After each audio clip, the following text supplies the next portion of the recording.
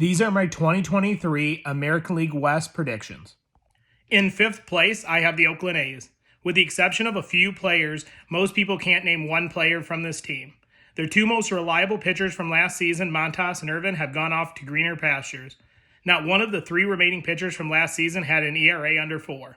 There are too many holes on this young team, and only 2 players had an OPS plus over 100 last season, and one of them is now in Atlanta. On the plus side, this team won't strike out a ton, and they do have a solid defense, which will come in handy for a team that had a starting rotation with a 4.70 earned run average last season. In fourth place, I have the Texas Rangers. I know a lot of people are high on their pitching staff, but I'm not one of them. DeGrom hasn't pitched more than 15 games in the last 3 seasons. All of their pitchers had an ERA below 4 last season, but most of these guys had career years, and their track records tell us they're likely to regress this season. All of their pitchers behind DeGrom have a career ERA above 4. On the other hand, I'm very excited about this lineup. I believe Josh Young will make an impact at third base where they didn't get a lot of production last season. They are bringing back almost the same lineup they did last season, who ranked in the top 10 in the American League in several offensive categories.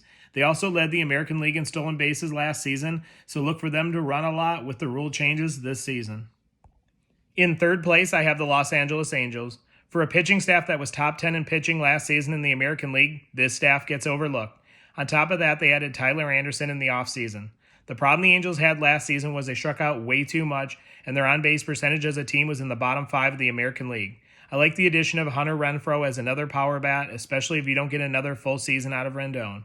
I also like the addition of Brandon Drury, who will give you a boost on the base paths and can play multiple positions. I think that both Ohtani and Trout are hungry, and you'll see a different team this year that will surprise a lot of people. Don't be surprised if they make another move to solidify their offense early on. One player to watch out for that will give the Angels a boost is their top prospect, Logan O'Hoppe, who has a high offensive ceiling and can inject more on-base percentage into that lineup. In second place, I have the Seattle Mariners. They are bringing back the same starting rotation, except for now you're getting a full season out of Luis Castillo. Their pitching staff was top 5 or 6 in the American League in all major pitching categories last season. They only had one player finish with an OPS plus below 100, and that player has been replaced with Colton Wong, who doesn't strike out a lot and who gives you solid defense at second base. Julio Rodriguez had a phenomenal rookie year, and he is going to continue to get better. I also like the addition of Teoscar Hernandez, who will add more power to an already stellar lineup. The signing of A.J. Pollock will give them versatility in the outfield, and I think he will have a bounce-back season after having a down year with the White Sox in 2022. Also, don't sleep on Jared Kelenic, who is having a solid spring training.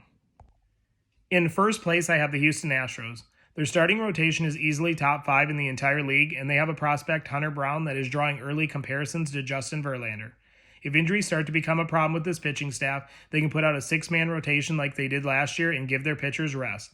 Even with the absence of Altuve in the first 2 months, you still have a top 5 starting lineup. I think what we saw in the playoffs from Jeremy Pena is going to cross over into the start of the season, and you will see much improved numbers. Your weakest position offensively is catcher, which you can live with because of what he gives you defensively and how well he works with the staff. Plus, you add Jose Abreu, who will have more protection than he had in Chicago.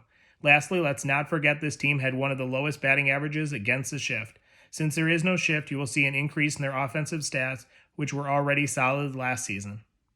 Follow me for more baseball content.